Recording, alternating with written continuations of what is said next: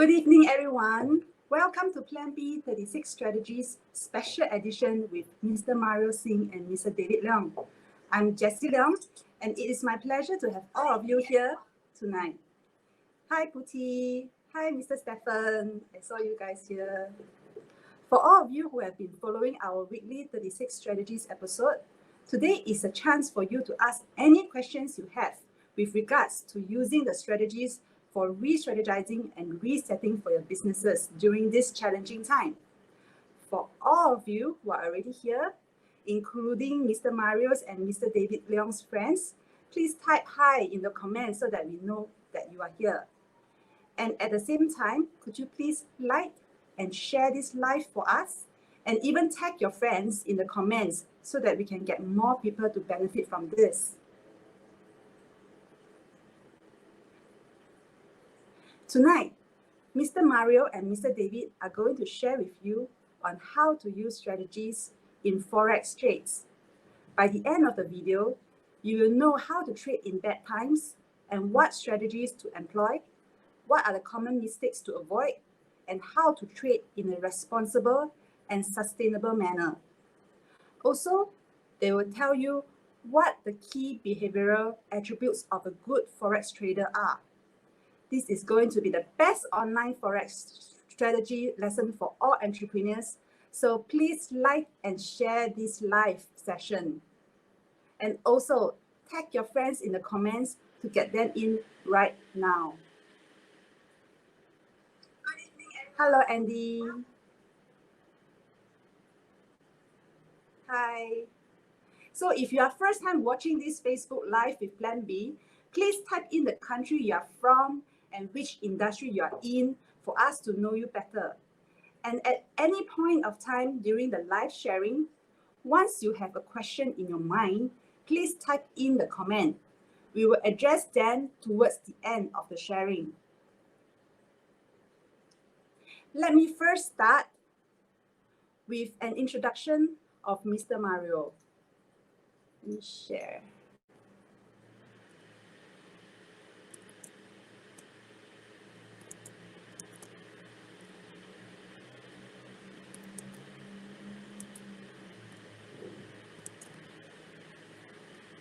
So Mr. Mario is the founder of the Fullerton Markets, the fastest growing brokerage in Asia that has won multiple industry awards over the last 3 years.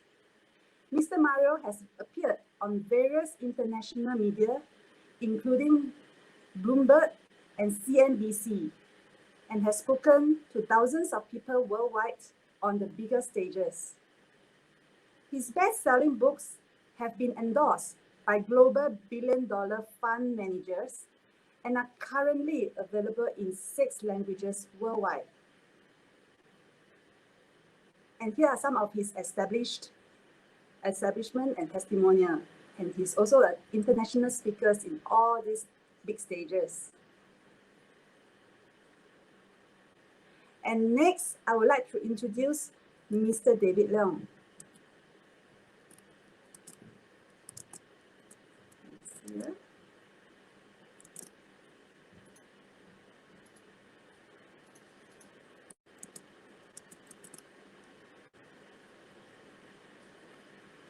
Mr. David is a managing director of PeopleWorldwide Consulting. He started his entrepreneurial ventures as early as 1994 and has founded various companies since graduation. And his businesses span across diverse fields, from corporate finance, advisory and restructuring, IT and technology, search and recruitment. He founded iProperty in 1999 and filed for public listing in year 2000. Mr. David is widely regarded as an expert resource and a leader in the business field. His views are often sought by local media, such as the Straits Times, Business Times, Lianhe Zaobao, and Lianhe Wanbao on economics, politics, and HR issues. So now may I warmly welcome Mr. Mario Singh and Mr. David Leong to the stage. Hello.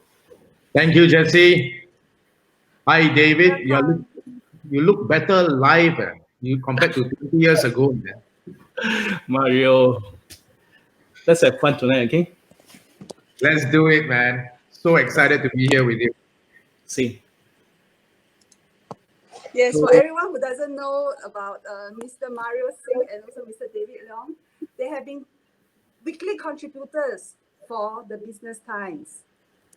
Right. Oh yeah, which was today as well. Today's topic was about business travel and how we would, in a sense, resume business travel once all the curbs are lifted after the circuit breaker. that's correct. Wow. Okay. Then we should really take a look at that one. Right. Yes. So without further ado, perhaps the both gentlemen can start sharing today's topic about the 36 strategies. Yes, Sure, see? David, why don't you kick us off? Okay. Yes. Let me start with the strategy first. Can we have the deck up?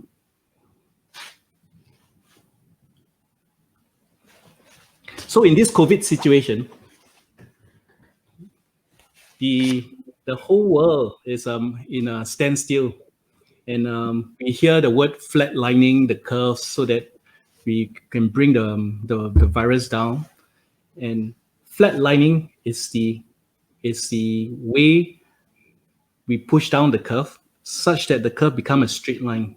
So in a straight line, it means that we are in the safe ground.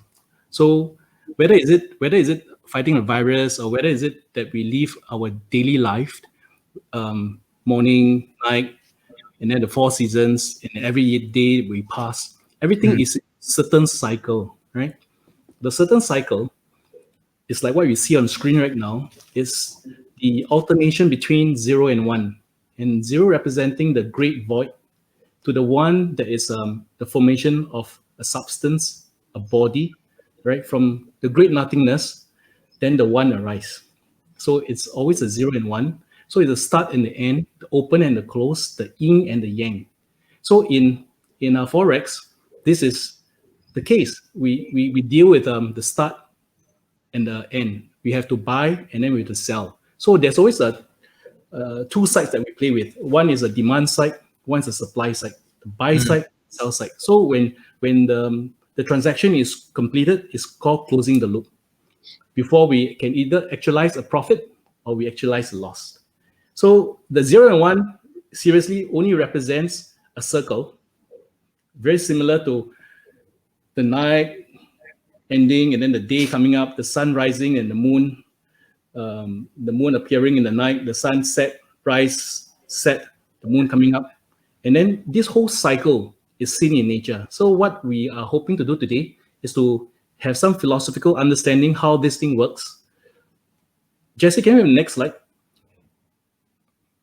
Okay, this is interesting. Now we see 5 circles with dragon in the different position. And let's start from the one at the bottom. You see the dragon. It's at the base. The top part is the daylight, and the bottom part is the nighttime. And as the dragon crawl through the nighttime, usually the bottom part will represent in this diagram within water. So you see the dragon coming up and then coming up to the half hemisphere, and then up to the top, and then to noontime. If you look at the 12 zodiac sign, this is interesting. Now, if you look at the zodiac sign here, October, November, December, January, February, March. So in this position, at 45-minute side, it is actually the RAM. It's actually March. If you see the first circle at the bottom, it's actually December, and December is usually wet, right? As it goes up, March, and then up into the center, noontime, 12 o'clock, it is actually Cancer. As it goes down at 15, it is actually, you see here, September, and the dragon goes into the whole complete circle. So what's the meaning of all these different things? So when we look at curves, we see curve as bouncing, right? We see curve as a sine curve, a cosine curve that we see in school textbook, mathematical textbook. But the sine curve and cosine curve actually represents the form and the shape of the dragon. Now, in ancient Chinese, they do not describe the curve as sine curve or cosine curve. They do not describe the curve in any other name except to call it the dragon. Now, the dragon body is very long and it moves like a snake, up and down. So the movement of up and down of the dragon body actually is the way the Chinese describe the curve. So now you see in the 5 circle, there are the different position of the dragon within the day. In the night, day breaks, it crosses up midday, and then goes into the afternoon and goes down in the night time again. So for every of this cycle, it completes one whole circle. Before a circles appear, like just now we see 0 and 1. Now the 0 would represent, like I said, the great void. For the 0 to become the 1, it needs to be imbued with a certain energy, a certain momentum. So having said that, let's keep these 5 dragons in a different position in our mind as we later explain why the curve is important and how do we interpret the curve like the shape of the body of the dragon. Next slide.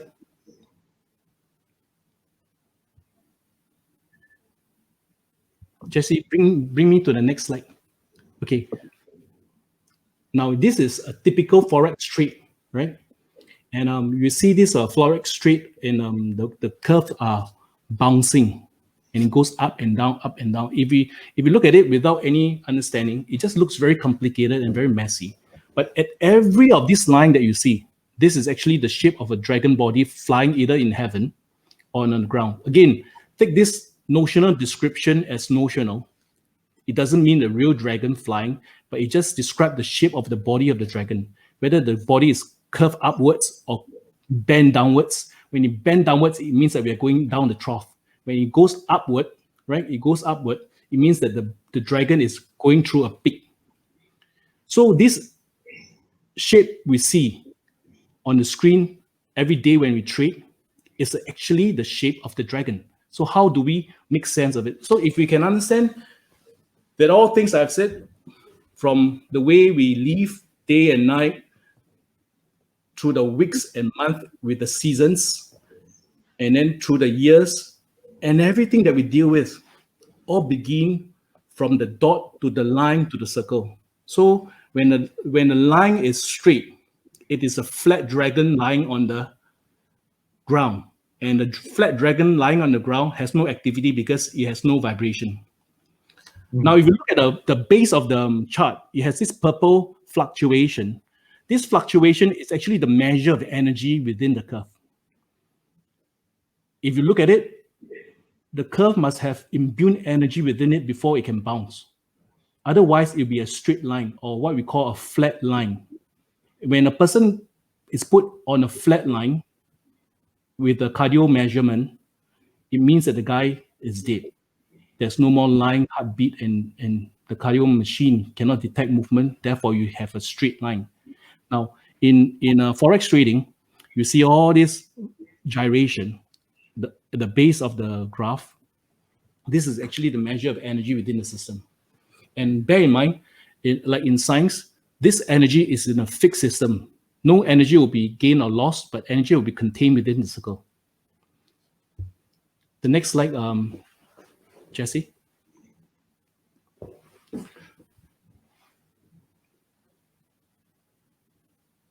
Okay, this is interesting because this is the point where we look at the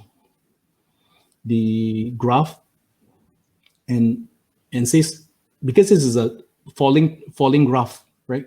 People would usually look at it and say, see, this is falling. When do you break loss? And break loss is as in cutting loss, moving away from the trade. How do we break loss? In 36 strategy, at the last strategy, it's called 走为上计. That means as a trader, at least in my opinion, when we start to trade, we must have the gumption to know when to stop. And the break loss trigger is very important for a trader to have, because if he doesn't, he'll go straight down the slope and then will suffer great losses. So for trading, it takes more than just knowing the technical aspect of it. It needs to have a certain behavioral pattern. So at the break loss part, if you look at the strategy, then adopting the 36 strategy, which is the last strategy, called 走为上计, means you know when to exit. Now, the sell trigger, the buying trigger and the sell trigger, when you go deep a little bit and then the thing goes up a little gradient, when people see the slight variation, people usually will start to buy low, sell high. I mean, this is common knowledge, but who will know when to buy low, when to sell high? People will never know because it's all chaotic, right? But if you understand the play of the ground and people start to understand the patterning of it, some people will be able to see the variation and the going into the market. It's a lot of intuition. So when you look at the flow of the curve, some people will be very, very adaptable because they recognize curve and can feel the body of the dragon and they go in at the correct point. And then again, of course, we have to apply strategy to play this game. The next slide, Jesse.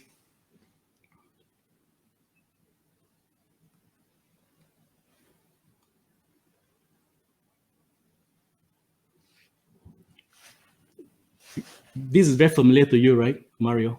When you see it goes up and then after that it comes down, people think that it's going down, and then they decide to short the market, but then the curve had a retracing and then goes up again, and then they thought that they can play with the momentum, but unfortunately the market reacted adversely and started to spring up, and then the people lost money on it. So do you see the dragon appearing on the screen when the dragon body starts to move in this fashion? I definitely see the slope lah. But if you look at the last one, right?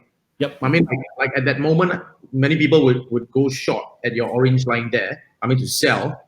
How would you know that that your dragon would suddenly spring upwards? Okay, this has a lot to do with the study of the animal body. I mean, the closest thing we have of a dragon body would be the snake. And when you see the snake starting to attack, the snake would rise, right? They rise, the head would be facing its enemy, right? Its prey. And then when the snake start to fold its body in a U shape, bend the body in a U shape, that's the position where it's supposed to spring the distance to capture the prey. So every posturing, if you look at it, it's organic orientation. It's like how the snake move. The snake move by not moving in a straight line. It can't. It has to move in an S curve. Right. And the S curve for movement, it's a natural movement. So like in business, we can't usually fix a deal in a single stroke, because a hole in one is a hard to come by event, because we cannot always reach A to B in a straight line. It has to be a curve, right?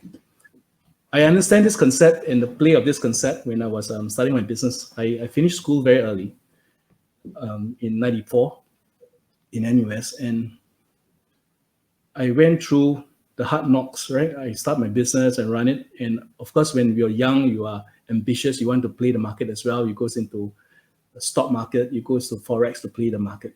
So what's the difference between a Forex trade, a stock market trade, and doing business? There's actually not much difference, except that in doing business, you have an elongation of time. The completion of your buy and the sell takes a longer period, because you have to do a transaction to close the loop, to net off your profit or your loss. But in a market like a Forex market or a stock market, it's time compression. Every deal can be consummated within that day or within that half day that you trade in. And you can close open position, close position, open position, close position, and then net off your your earning or your loss on the same day. And that's discipline, right? So the same principle can be applied in business, except that in business, you have a elongated time series where you do your transaction completion over a longer period of time. So what's the difference? So it's time compression and time elongation. Got it. Yep. So in business, if you pan out, you also have this kind of curve, except that your time is no longer in minutes and hour, except that it's in month and year. Yeah. When you say business in months and year, you mean like the completion of a business cycle, or do you mean like the buy and sell of a certain product within the business? No, it means everything. It means the guy who starts his business and his business, eventually to the point where he retires. His journey will also look like the S curve. Sure. Or if it's buy or sell the product, and buying of the product from, let's say, from China or Vietnam, right? By the time he imports the thing in and sell it, it will also go through this S curve, right? So everything will be subject to the same curve play. So that's why in today's discussion that we have, I just want to play with this curve so that we can have a more interesting discussion, because essentially the play of the curve is actually the study of the shape and body of the dragon. Okay, the next question. I've never seen it. I mean, I've never seen the markets like that, when you describe it like that. Yep. So this is quite fun. This is you look at the curve. Now, you see the curve that's bending up and down. You look at the wave, right? But you look at that one particular dot that's going around the circle. So the movement of that particular dot that create the look of the wave actually move in a certain oscillation within the circle. So you see in a certain clockwise movement, right? Yes, I see that. Yeah. So it is the same with anything that we deal with in life, in business, whether a trade in stocks or a trade in Forex, is the same thing. So on the right-hand side, I describe it as the play of the curve. So if you want to go into a trade, we have to play the curve. We play the curve and we play the time. The x-axis is the time, right?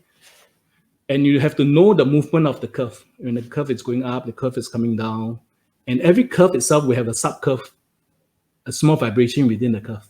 It is never straight curve, right? Or a clean curve. Even within the curve itself, you have a sub-vibration and a micro movement within the curve itself. So if you stretch it a bit longer, then it will be a day trade. You contract it, you'll see the trade within the hour or by the minutes, and then those are the sub points.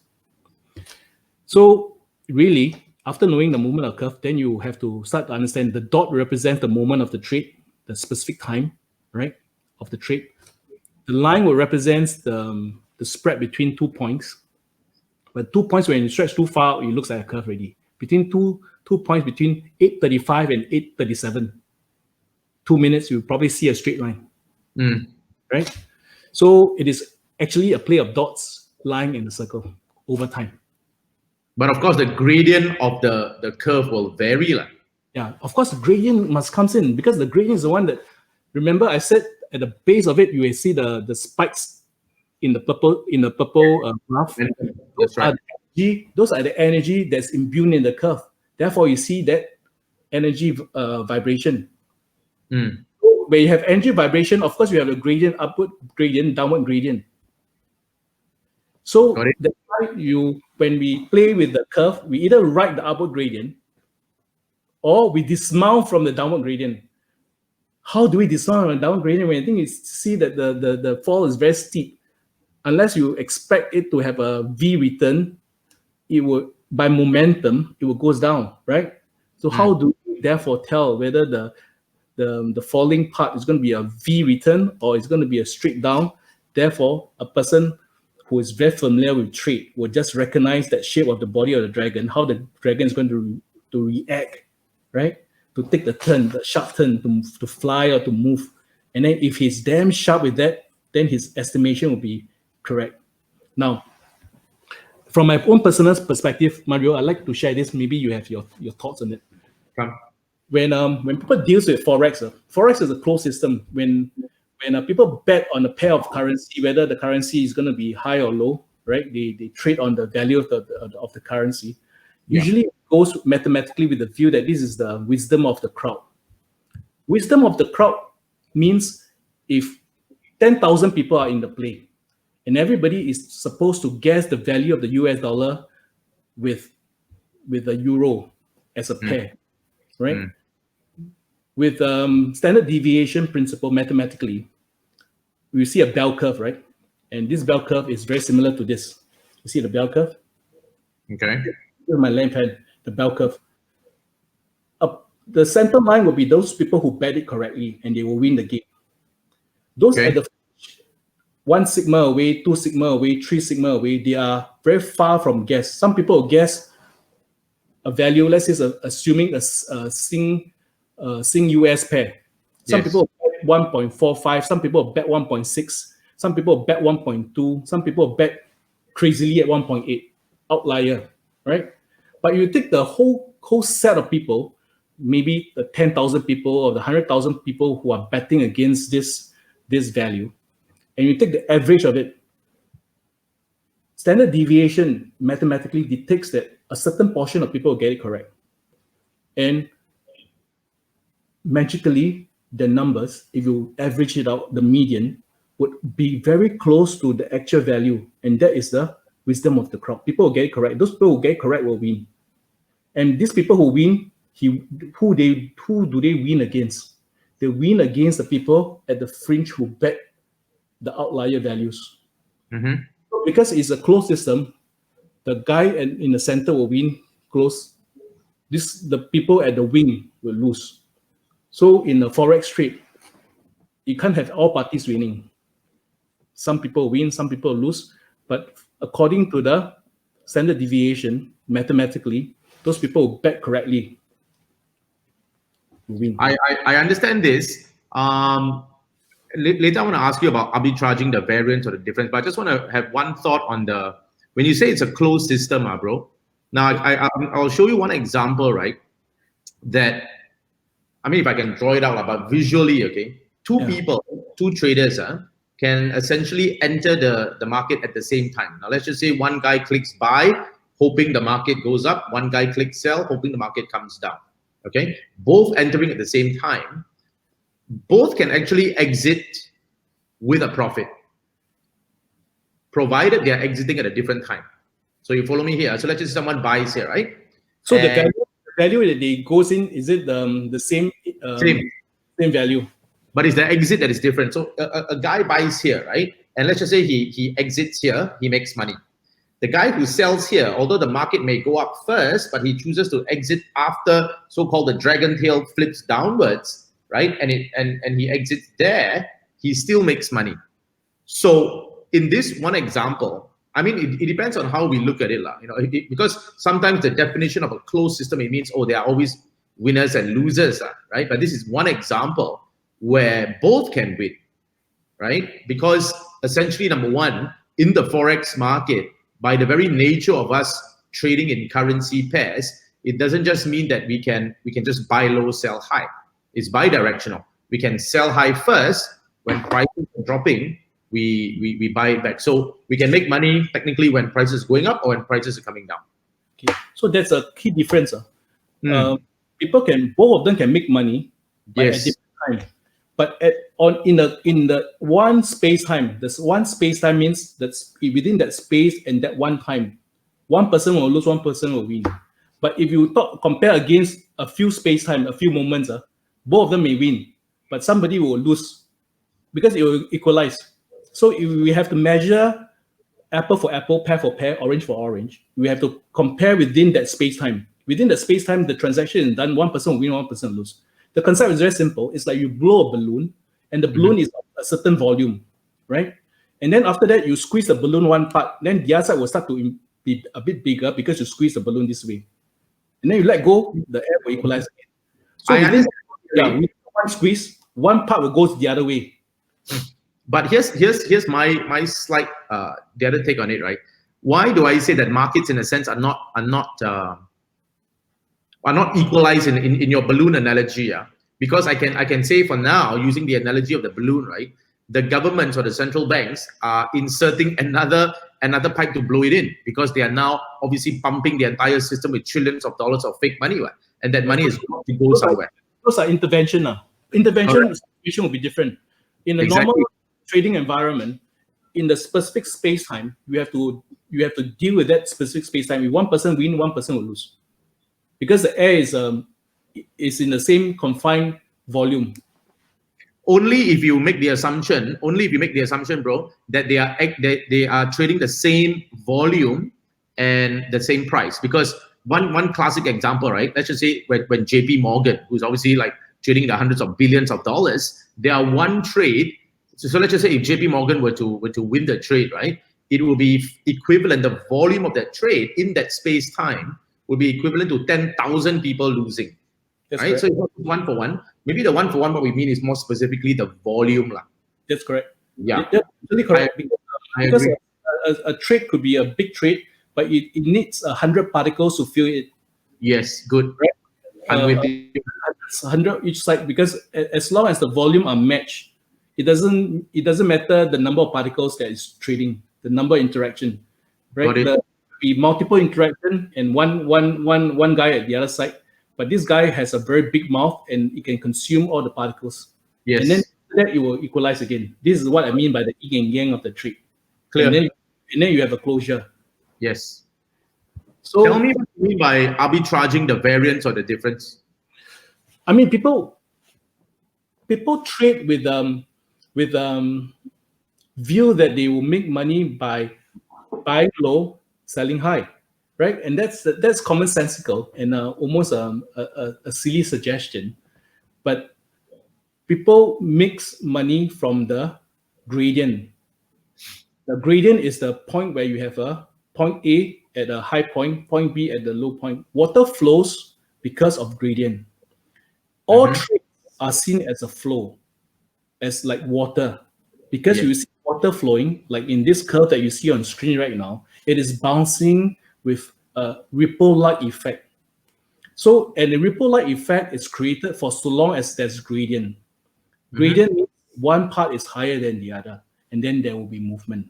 If there's no gradient and the dragon is flat lying on the ground, there'll be inactivity, and this is the state of death. No movement. Yes. And movement, we need energy to be imbued within the system, and then you see the purple line fluctuation, and that is the measurement of the energy within the system. Okay. There is now, besides just riding the upward trend, right? In the Forex market, I have to posit the fact that it's bi-directional, which is why I always call it a recession-proof vehicle. See? Meaning you just ride the upward trend. Yeah, you play both ways. That's right. You play the down cycle, you play the up cycle. For so long as there's movement, you can make money. Correct. And Forex trade is very interesting. You play by the volume, you play by the velocity, right? You play by the value of the trade. And then I think we think about this 3V also when we're having our discussion at your house. Of course. Yes. It's the same 3V. The same 3V. And this same 3V. Value, velocity, and what's the third one? Value, velocity, variance. No. Volume. Volume. Value, volume, velocity. Yes. I like it. When you play the volume, it's like in a typical situation when we do a buy-sell trade. Let's say, assuming this is not a Forex trade, and I go into a market to say, I will buy this thing at $1. But we know that when you buy anything with volume, the price will be shaved downwards, right? And then we negotiate a price where the volume goes up and the price comes down, so that we use volume to compensate, and then we buy low, sell in volume, and then we make small bid, and then the profit goes higher, right? Is that this chart here? No. This is the next chart. So in a situation like you mentioned early on, now we goes into the five element play. Now we know that water negates fire. If it's on proportionate value, one value of fire, one value of water, it will negate, right? But what if you have 5 value of fire, fierce fire, and you only have half a value of water. Can the water kill the fire? Cannot. So if we want to play with the enemy, and we know the enemy is coming on us, right? But they are very sharp fighters, And if I know that they are very sharp fighters, how do I counter them? If I go 5-on-5, I may not win them because they are very sharp fighters. So how do I overwhelm them? I overwhelm them with volume. How? You only have half a water. Yeah, they will die of exhaustion. Just like half a value of water cannot kill 5 value of fire. Yes. So we use volume to overwhelm. How is that applied in the markets? Give me an example. Now, I give you another example. We deal with water all the time. We see water play, right? We see when you flush your toilet and you see water coming down, and then you see the flow of water doing the cleaning of the toilet bowl, right? This is one example. And the flow is gentle, right? But it must be hard, fast enough to clean off the surface. Now, there's another kind of water that is you see it pounding on the shore of a sand, on the beach, right? And then over time, because of the pounding, it changed the coarse sand to fine sand because of the erosion over time. Okay. And those are, again, water player. Now, what about a flooding, a typhoon, when they bring big wave onto a shore? And you see in Japan, when they have a tsunami, what would happen? The water comes in big gushes, and the volume of gushes comes in, and they destroy all properties, right? And then we see them as a natural phenomena. But again, they are the movement of water, same movement of water, except that it moves with different velocity and different volume, and it can create different impact. Right. So when you start to look at the patterning within your Forex trade, they are actually the same. They flow and vibrate in the same manner. So are we playing with volume, or are we playing with the velocity of the flow? To me, I would say it's all.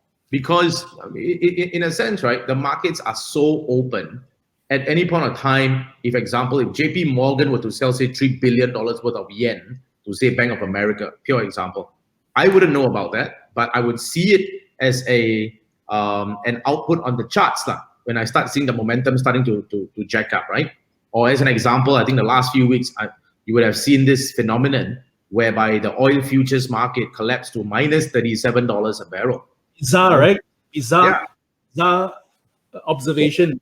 So these things, in a sense, are what I would call, you're feeding in an anomaly into the closed loop system. But it doesn't happen like that.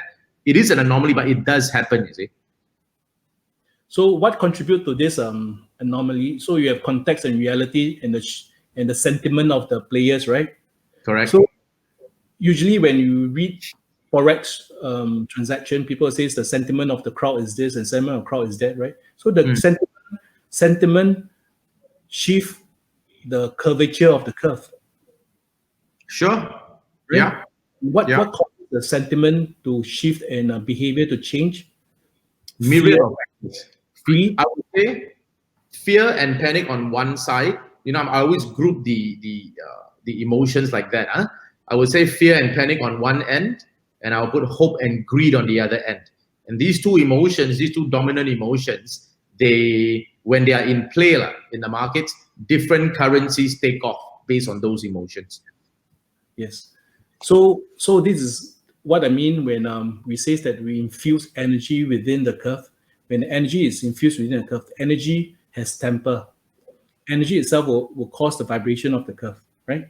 I mean, you put energy in, like you put a battery in the system, then you create a polarity, the plus and the. So when you create a polarity, then you start to have movement, and then the thing will vibrate. Okay. So I mean, all of us like watches. We wear our nice automatic Panerai AP, and the watch itself has movement, but the automatic watch move by vibration, right? And then it causes vibration on its own.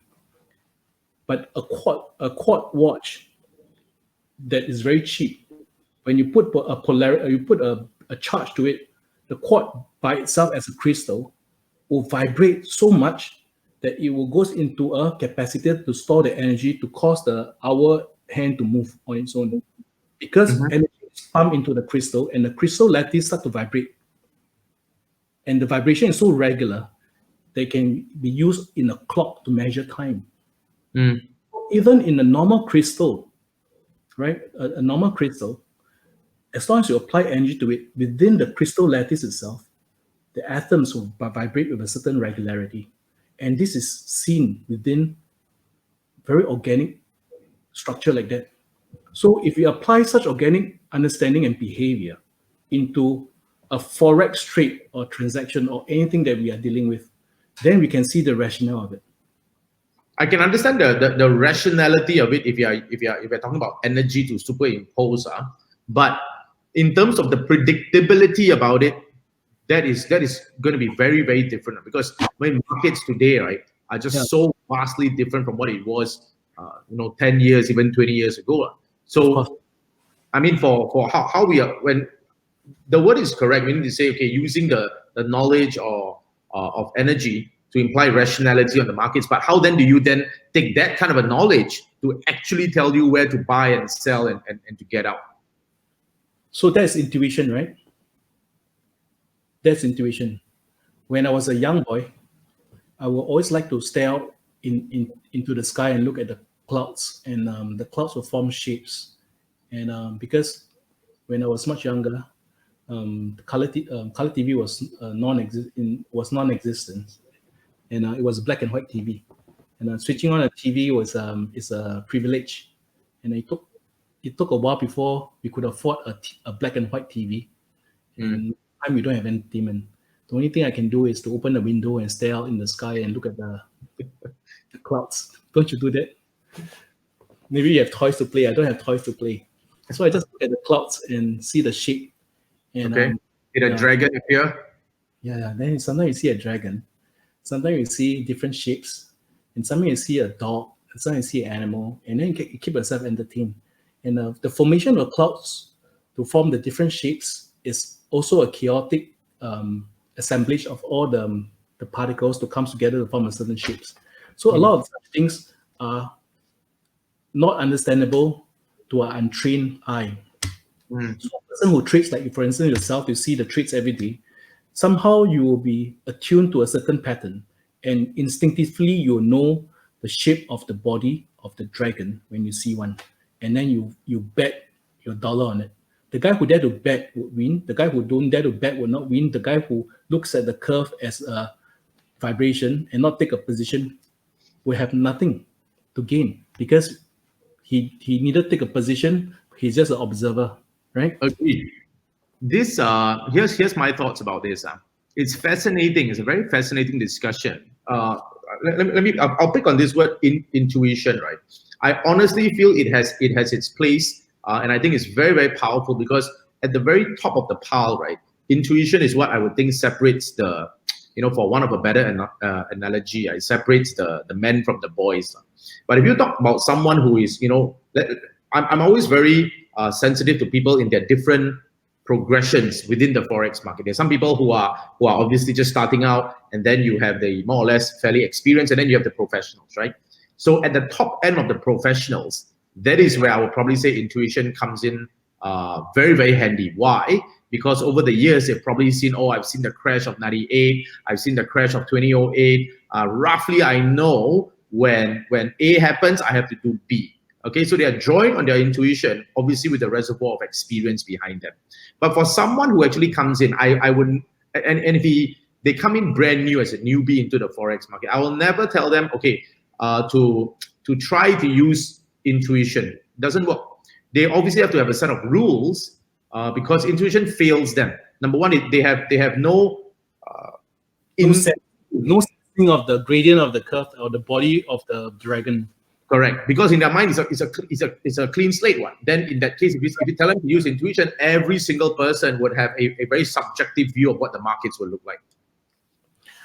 Let me put it this way: different people play the market. Like I said, this you see the bell curve. The people who are first here will be those with the strongest intuition to play the market. Then the rest of people will play by the technical display of the curve, and then they have a certain steps to follow.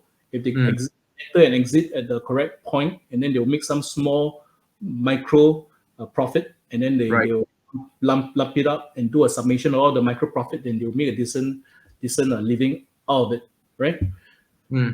It's like a different people going to touch the body of a dragon, and because the dragon is a long line, right? In a long body, you touch the head, you touch the middle of the body, you touch the throat, you touch the tail, and everybody you touch it with a different sensation. You would think that the dragon is a different organism. So your perception of the gradient and the dragon may not be the same as party A and party B.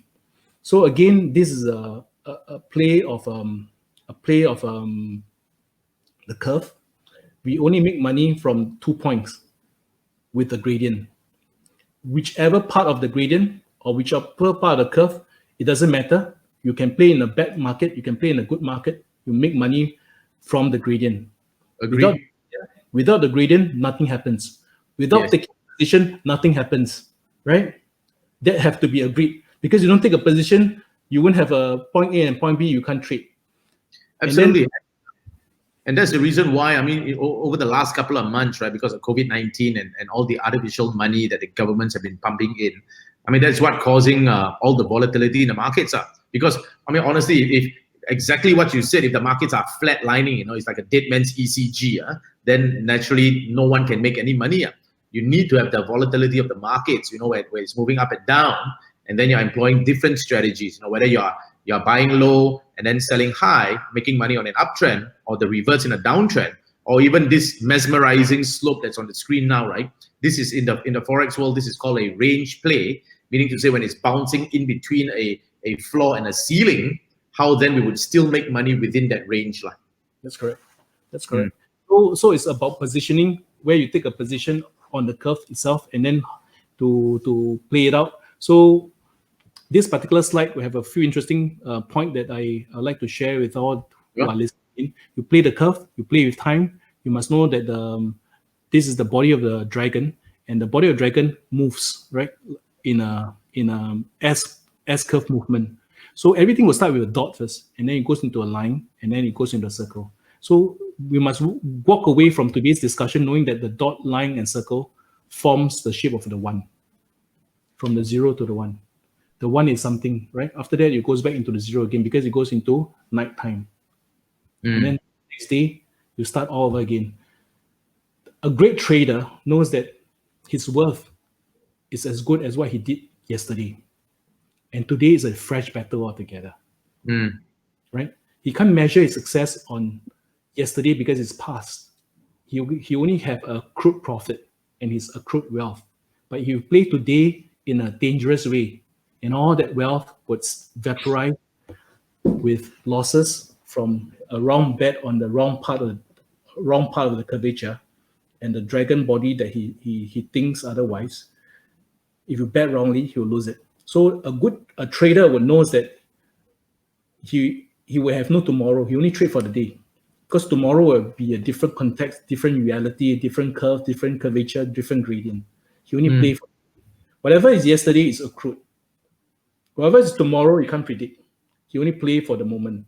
David, question with this dragon analogy, right? Do you foresee that someone's 0 can be someone else's 1? Meaning to say that, can it be when someone is entering at a 1 and then he exits at a 0, that vice versa also happens? Someone can enter at a 0, exit at a 1, and they both make money. Will that scenario happen? Let me put it another way. I use the analogy of a lightning. Okay. Now, lightnings are formed because of the negative ions and positive ions that from the circulation of the water vapors up from the ground to the sky, and then from the ground to the sky, to the ground to the sky, and have this convection current. And then they'll form charges, a positive ion and negative ion. When there's excess of a negative ion or positive ion on one end, lightning will strike to equalize both charges, and it will bring everything back to 0 again. Then the current will carry on again. So every time there will be a surplus of one charge, lightning will happen to equalize it. So lightning will happen when? Over time, when there's an accumulation of extra charges. So the 0 and 1 would eventually, the positive and negative, the 0 and 1 will eventually be equalized over time. Just like in physics, in quantum physics, when you have a particle, there'll be an antiparticle, right? And then and over time they will annihilate each other, and it goes back to zero value. Okay. Yeah, and that's the same principle. But Mario, you're the expert here. I'm only a philosopher thinking through all these things from perspective of math and science. But of course, you'll be able to recognize curve and things like that. I read curve very differently from you because I see it as a shape of a dragon. Then I interpret it from that, and I use a lot of my intuition to do my trades. Of course, I don't do Forex. I deal with my business in the same fashion. Understand. Yeah, I mean, it's a very different and refreshing way of looking at it. It's, to me, when I come with the Forex knowledge, right, to share with the audience here, the way how I look at basically any market, I have a saying that I share with all my students worldwide. I call it fundamentally driven, technically executed. And what that means is that I use the news that's coming out to guide me on the direction, right? So fundamental analysis, right, that drives the market. Like example, now the US dollar is weak, gold is going up, gold is at a 8-year high right now. So I'm using news to guide me in that. But having understood the direction, meaning to say, okay, if I look at any currency pair, roughly I know I'm going to buy on this pair, I'm going to sell on that pair. But that's still only half the equation. Then I have to go to the actual charts. So when I say fundamentally driven, using news to guide me, technically executed is to refine the entry price, meaning going to the charts and then finding out exactly where do I enter, where do I place a stop loss, and where do I place the profit target to get out. Of course. We go to the next slide, Jesse. Okay, this is what I mean by we play with the curve. When you see the curve that is going up, we're actually playing with kinetic energy and potential energy. When the ball is at the apex of the curve, at the tip of the curve, it has the highest potential energy. Okay. And then when you roll down, and the guys start to sell, right, and buy low, go high, and then sell, going down. So the purple graph we saw earlier in the earlier chart is a movement of the energy. Right now, this particular movement going up and down actually shows the kinetic energy and potential energy interchange. Got it. So at the top, you have high potential energy. When you start to roll down, you convert it into cash. And then kinetic energy. Some people win, some people lose. But essentially, when you want to deploy and have movement, you are actually playing with kinetic energy, which is actually your cash. Right? Yes. This I agree. So, therefore, a play of the curve is actually a play of the energy. So, between kinetic energy, potential energy, kinetic energy, potential energy, kinetic energy, potential energy. Right? One similar point here. I mean, in more the Forex way, in the charts, right? In the Forex charts, many people do what we term as naked trading, right? So if they base on intuition, they just look at the charts, they look at price action, and they basically make a trade. There's another way of trading.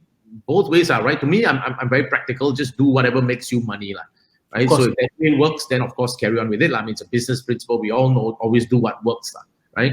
So there's another way with what we term as using technical indicators. So one application of this conversion of potential energy to kinetic energy, we have a indicator called the ADX, the Average Directional Movement Index, that when you overlay that on the chart, it basically tells you the momentum.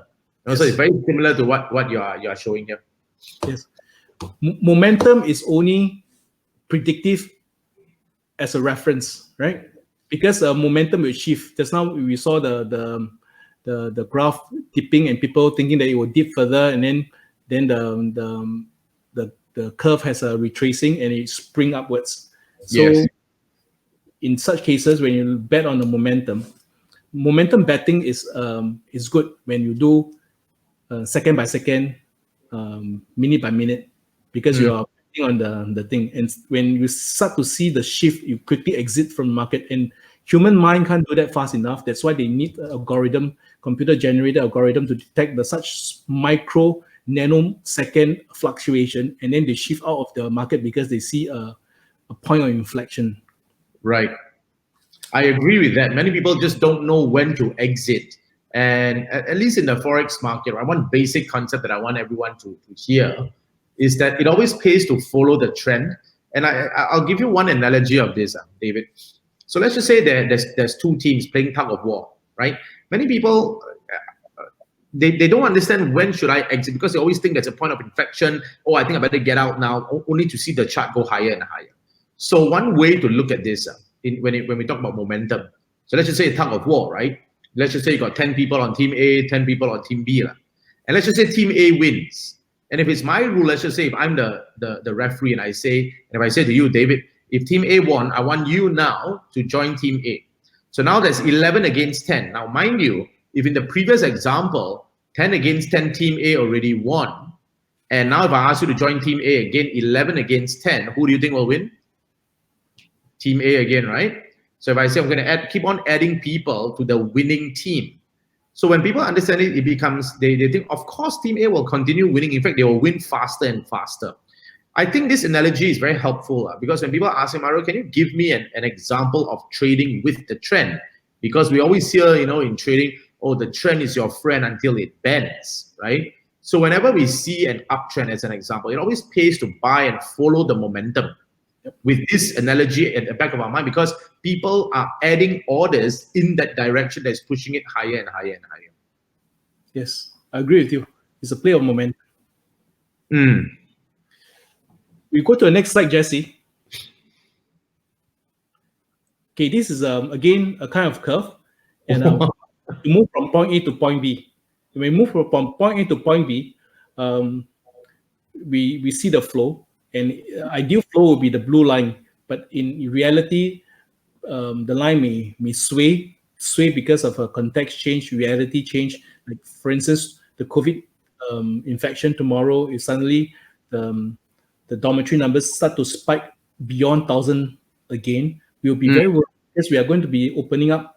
Then we're wondering why has the virus not been abated and flatline. Yeah.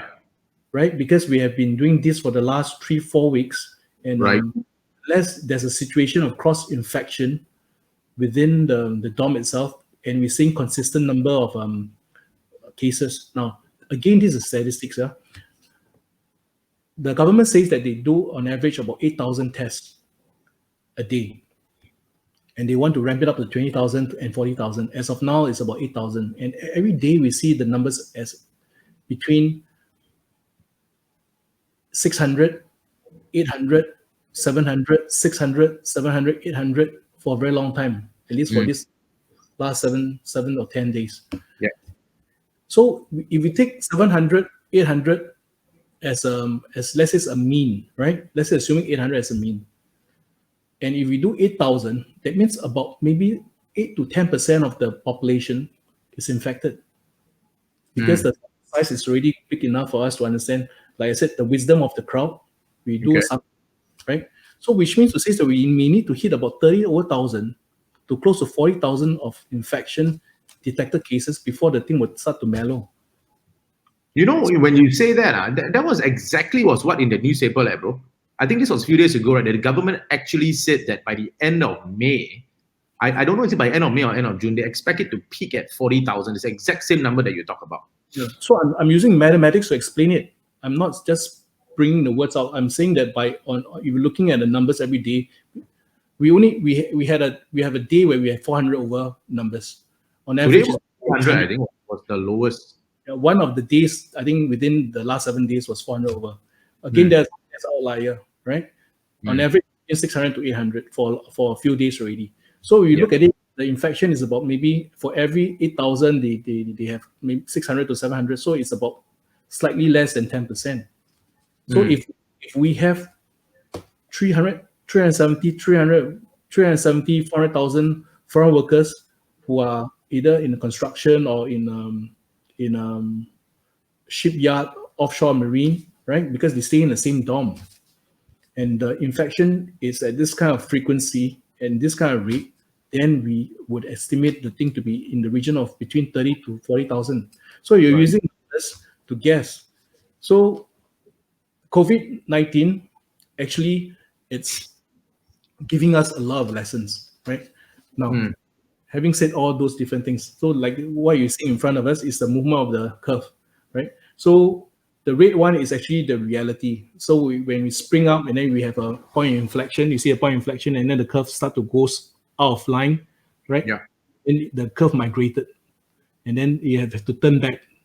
And then because it has to reach between point A to point B, then we have to make sure that the curve bend backwards to touch B again. And by touching B, then we have all the different stretch mark. But does it arrive from point A to point B? Yes, it arrived, but the curve of the body is different. So if we play with trades, every time we deal, in our ideal mind, we may have a blue line of this what we see on the screen. This is a pathway that we expect. So sometimes we do a lot of planning and say, okay, this is the pathway we expect. But in reality, as time unfolds, there are a lot of forces that act. So there'll be point of inflection, migration of the curve, and we have to play along with it. So how do we play along with it? We go with the flow. So going a flow, and we press hard to understand how the flow goes, and still take position. In the long run, if you know when to play your cut loss trigger, and then you play the next day. I mean, trader knows we leave to play another day, right? We don't play your capital out and then you die and then you have no tomorrow. Everything on one trade. That's right. We leave to play another day. So if you make a big loss, then cut the loss and we move on, so that we have some more to play the next day. Correct. Next slide, Jesse.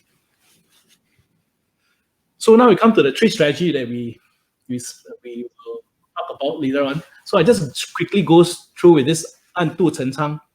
What is this strategy about? Okay. This is a strategy, yeah. This is a strategy. This is number 8 strategy in 36 strategy. This is a classic decoy method by creating a meme, an event to lead counterparty to think otherwise, and quietly acting on another meme to achieve the goal. So this is sometimes when big whale, they start to play the market, they will put a position and give a semblance that they are going to buy big on this particular currency, right? Because you can forward park your trade. People see a trade, but you can pull back or whatever it may be. You give a false illusion that a trade is going to happen, right? Or the trade actually happens, but then they have a bigger game behind. So this strategy plays on creating an impression through an act and to lead to a false assumption, so that on that assumption, the counterparty action will be wasted. So in trading, there is something here called a false breakout. So meaning to say, like when you think that it's going to break through a certain level, so many buy orders congregate at a certain level, but for some reason or another, when all the buy orders are there, somehow you see the curve just go down and it takes everybody out. And these cases, right? They just dump it. Correct. It mostly happens on the institutional level, meaning to say when institutions or banks, right, and they don't always get things right. So they may be holding a whole bunch of stock or a whole bunch of currencies, and they want to offload it to the market.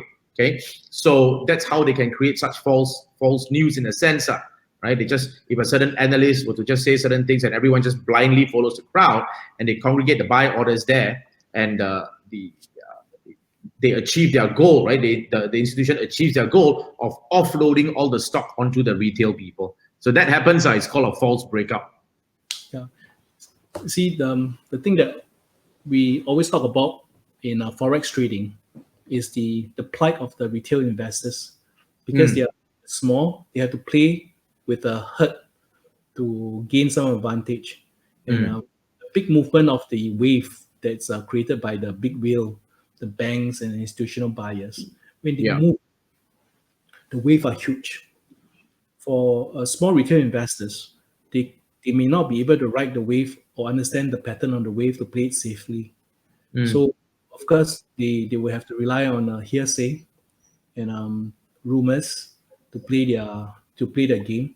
But if small retail investors, if they were to take a position, the best way is not to take too long a position, because you take a long position, you may never outlast the wave or the amplitude of the wave. One interesting part about this, which is why I think many people they kind of like the forex market. So here's one side that I see. So let me give you an example. The market is so huge, bro, in the forex market per se. So the market today trades $6.6 trillion in a single day. Now, how much is that? Is that high? Is that low? What figure is 6.6 trillion? So for a start, it is the largest market in the world.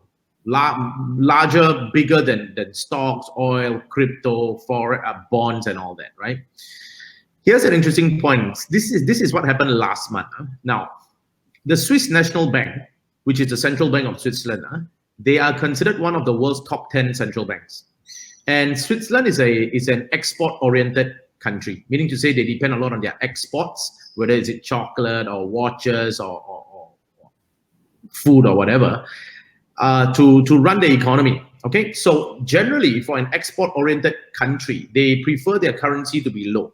Okay, so that more people will buy their goods now based on the exchange rate. Yes. The problem with Switzerland, here's the interesting part. The Swiss franc is considered a safe haven currency, right? The Japanese yen is considered, gold is considered, the Swiss franc is also considered. So and it always happens during crises that money tends to move from risk assets to safe haven assets. Okay, so a lot of money moves into Switzerland, buying up the Swiss franc, in which case it pushes the Swiss franc up and thereby hurting their economy. All right, you following me so far?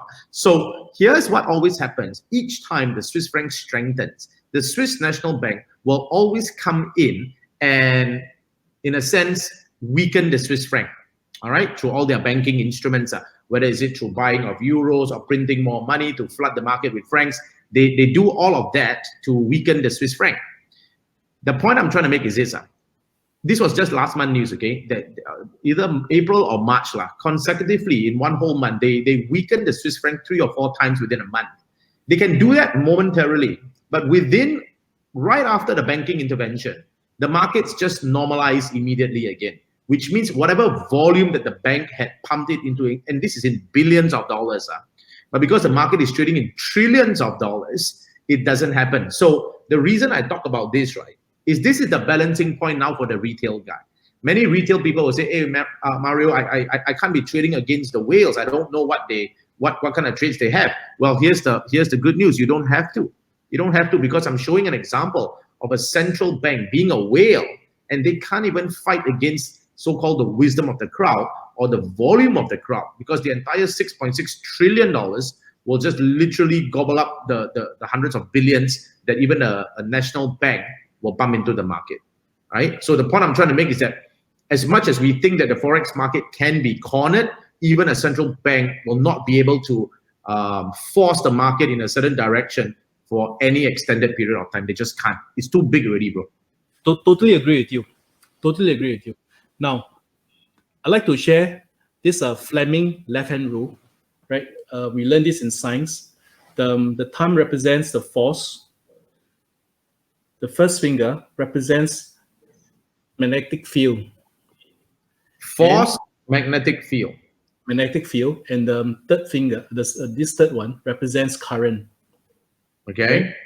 When retail investors, institutional investors play the market, they are the force acting. But there'll be a dynamics of the market. The dynamics of the market is represented by the magnetic field.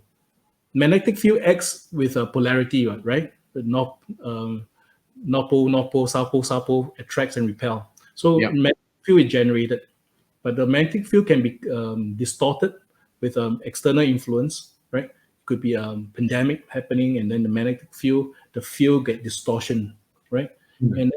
But it is the creation of the field that you create a current, electrical current. Now, all trades that happens is the current. Now, whether is it Forex, stocks, or whatever goods that movement of people, movement of capital, movement of goods and services, right? Yeah. Are all movement, and you can treat them like movement of water, fluid dynamics. So current is created. So if you don't have put a force to your trade, and electromagnetic field will always be around, then there'll be no current. Then the field will still be in play. But if you can't have a current without the force. So the play of the retail investors, even though they might be very minute, and if they are in a very big wave, right, you can just imagine a very small yacht and sampan going into a deep sea with a wave pounding at that, they have no way to survive. Sure. Way to survive. So even the Swiss bank, when they want to trade within the bound of the trade and to bring their currency down to make it competitive, when the market play against you, your elasticity of your bend is not going to be very great. You can only play within range bound. There's only a limit of what you can do, and very quickly they will disappear. Like I mentioned to you, if you have only one drop of water to fight a whole forest fire, you can kill the fire. Or you have a small fire here. All you need to do is you have equivalent value of water, and you can kill the fire, right? But if the fire is so huge, 2 drops of water, 3 drops of water makes no difference to the fire. So in this case, the Swiss bank is reacting in such situation, even though they can defend it, but their defense has an elastic problem. They can't break out of the range. Right. Same That's principle with retail investors and institutional investors. right. On to the second strategy, Jesse. This is still the example. So the lowering of the counterparty guard through creating false impression. So you route the counterparty attention to the moon in the lake instead of the moon in the sky. So you cause them to react differently. So again, so it's the same moon, right? It looks the same, but just how do you direct the guy's view of the moon, whether you want him to look in the sky or look in the lake. So if you want to do a deception, you ask the guy to look in the lake. So people would like to create false impression. So using false impression will be such an example. And this again, I would always say it would apply from the institutions towards the retail people. That's why it always pays to know a little bit of what the institutions are doing, because they are the ones that obviously is handling those hundreds of billions of dollars. And if we can't, for whatever reason, because there will always be false breakouts. I mentioned this word just now. That sometimes, if you think about it, right, the only reason. So the classic example is this: a bank may think that that a price is going to go up. Okay, it is think it's going to go up, but they will try to create the reverse example because they're already holding a stock, right? So that they can offload it to the people, and then they can get out of that losing position and take a new one in a certain sense. So there's an example of a false impression that they would create a false impression so that the retail market laps it up because they don't know any better, right? And that's where they end up with their head in their hand. But we know that the banks sometimes when they deal, if it's based on a few trader, their motive and mandate may be different. They may be just disposing it to clear their stocks. Yeah, exactly. Yeah, that's the right word. Disposing their assets. So their mandate and their mission is different. They may not want to create that false illusion, but they just need to equalize their position. Right. Jesse, the next slide. Lianhe, Come, let me explain. Next slide, Jeff. So this is to use substitution to trade up advantage, to use a lesser pawn to trade so as to protect the crown. So this is sacrificial, and sacrificial means you use a small trade to test the market, right? Some people do that. They do a substitution. They take a certain currency to play, and sometimes people don't do pairs. They do in 3 currency. Then the relationship will be a bit complicated, right? Then you have a triangulated trade, and movement. That is what we would call an arbitrage. So they would want to either inflate value, deflate value, do an arbitrage, And I always like to draw the example of blowing air into balloon. Blowing air in a balloon would be to create sufficient volume so that you play with the ball. When we are young, we like to play balloons, and then when you squeeze the balloon, we must make sure that when we blow the balloon, we must not blow too hard because the balloon will burst, bubble burst, and that's where the government comes in and says that they have to manage the expectation of the play. Like in property, the government, if they don't come out with the cooling measures, the bubble will burst because people will start to buy properties with an inflating value to a point where the market cannot sustain it, right? And the rental yield does not pay for the property. When you don't have rental yield to pay for it, that means we are overpricing the property. The bubble will burst. So it will blow the balloon to an extent where the skin of the balloon cannot take the stretch. It will burst.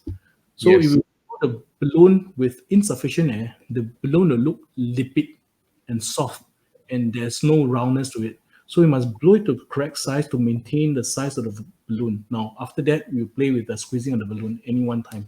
Then the balloon will one area, bounce out another area, but the constant air within it is the same. So in any trade we have to play, we have to be careful how we play it. We have to have certain sensitivity to know when not to overblow, because the system will collapse. And then when the system collapses, who suffers? The retail investors will suffer. So I'll give you one application of this just by hearing your explanation. Now, of course, naturally, I will always tell people, if you don't know where the market is going, obviously you don't enter like that, because that just tells me you don't have a strategy, right? So of course a strategy is important. However, listening to this 第11集 the 11th strategy, that's right, about substituting to trade up an advantage, right? One application here is what we would term as hedging. So let me give you an example. So let's just say you have no idea where the market is going, but you just somehow want to test water a little bit. So a trader can potentially open up a buy and a sell order at the same time, all right? Which is fairly interesting, huh? So you open up a buy and a sell order at the same time, and if and both trades are being triggered. So let's just say, and because you don't want to miss out what's ever going to happen, right? So let's just say it starts to move down. That means your sell order is correct, but your sell order is making money, but your buy order is losing money. So once you have a clear direction, you have traded a little bit, you put in both orders. When the sell order is starting to move down, you immediately close off the buy order, right? So this is an application of this particular strategy about using so-called a lesser pawn to trade up to protect the crown. Beautiful strategy. That's what the strategy exactly. So the third strategy, Jesse. 顺什么？顺手牵羊。Wow, hey, you wrote this yourself, this calligraphy? No, this is digitally created. 顺手牵羊. That means what? You are leading the sheep. Yeah, 顺手牵羊 is like what we said earlier on, momentum investing. Because there's a certain momentum, we think that the momentum will take us to a certain direction. So you conveniently flow along, right? So you use other people's resources. This is a use other people's resources strategy. Move at an opportune time. Use other people's resources to achieve the mission. That means you don't take a position. You go with the momentum, right? And take momentum. Like I said, momentum investing must play within a very short period of time. Because you take a long period to play momentum, there's always a risk that it will shift. Because you don't play momentum investment over a prolonged period of time. You only play by the minutes or by the hour, right? Even for Forex, within an hour, you can see great gyration of the curve because people comes in and play the market, right? It causes so much confusion. You don't know whether it's a real trade or not a real trade. So if you want to play with momentum, you play momentum over a very short period of time. To charge on very small value of trade, but you play with the volume so that you can net off a bigger accrual. Well, one application is the momentum one, where we basically say, follow the trend, whether it's it uptrend or downtrend. But after reading this also, right, I mean, would be an application of the OPM strategy, like using other people's money, meaning to say, in the Forex world, one application of trading is the fund management strategy, meaning to say, okay, if you are a trader and if you're only managing, say, $5,000 to $20,000, and if you're doing well, okay, you're able to leverage it up by obviously managing funds of other people. So if you can replicate the same strategy at $20,000, and if you're making, say, 10%, you're making $2,000. But if you're able to pool funds together using other people's resources, so instead of 20K, you're now managing, say, 2 million. And if you are making and it's the same strategy, right? It's the same click of the finger, it's just clicking the same mouse. By that same notion, a 10% move of a $2 million fund would be $200,000. So, I mean, that's an application of this strategy, like how you're able to utilize other people's resources. Yeah, because the size of the wave is different. Because by aggregating other people's resources, you're pumping more energy in the system. The wave amplitude will be higher. So you want to play the big game, you have to create big wave. You cannot surf in a sea with very little wave. So you need to high wave, right? High wave means high amplitude. And you can ride the wave. That's good. That's again the play of the curve. Fantastic. Right? So I have completed a 3 strategy. So like I said, whether is it in life or whether is it in a Forex trade or where is it in business, difference is the time. In the long run, you and I will die. Makes no difference. So how do we make the difference? We make the difference in the middle by living our life meaningfully. Right? Oh, I love that word, man. I kind of ended my book, my next book that's coming up, to live a meaningful life. Wow, you took the words right out of my mouth, man. But different people have got different definitions of the meaning of life. And that's something I would love to have another session with you, whether we do it privately in my house or your house, or we do it online for everybody to watch and weigh in. I think this is huge in terms of the meaning of life. These are some of life's biggest questions. Of course. But it's still subject to the same curve, buddy. Still the same curve. It's the same curve provided people buy into the definition of the curve. So one example I'm going to share with you now, like when you brought up the analogy about the dragon, okay? Because I've seen it many times. Now, some people use dragon. The classic one was the elephant. Some people think it's a wall. Some people think it's a rope. Some people think it's a tree trunk. Right? And the classic, that is something where postmodern people, we are living in a very postmodern world, meaning to say that, okay, the postmodernists believe that there is some level of truth, okay, but it doesn't really matter. And then they move from postmodernism to something called a post-truth world. Remember, we talked about this. So post-truth is where it gets dangerous, bro. Meaning to say, okay, David, your truth may be true for you, may not be true for me, and they do kind of a post-truth 2-step, all right. But and this is where problems start to happen. I mean, now we are moving a little into philosophy already. Why I say it has problems, because this is where people get mixed between objective truth and subjective truth. And of course, I think that's grounded in meaning. Is meaning subjective or is meaning objective? This is something we can discuss over a bottle of wine on our next discussion, man. Whiskey. Oh, bring it on. A few days ago was World Whiskey Day. Did you know that? No, I didn't know. 16th of May was World Whiskey Day. I drink tea quietly by myself. Green tea, Real whiskey. Can't wait for the next one, man. Okay. So, Jesse, let's wrap up today's session. So we have Mario to do a wrapping up for us. Yes. Mr. Mario. So let me just summarize. I think it was a absolutely mind-blowing session for me. I mean, to me, David is someone that I covered his opinions and the way he looks at things, and the way, I mean, today is the first time I've seen someone who is able to look at the Forex market in a different way, using the S-curve, momentum, a dragon, and all that. And when I go back and think about it, it actually makes a lot of sense, because the way I trade deals a lot with what I term as fundamental analysis and technical analysis, which is basically about direction and about refining. But where the middle ground is, obviously, to do well in the Forex market, we naturally have got to follow something called momentum. So I really appreciate that session a lot, David. Thank you so much, man. Thanks for sharing your expertise with us. Just providing a fundamental philosophy towards it.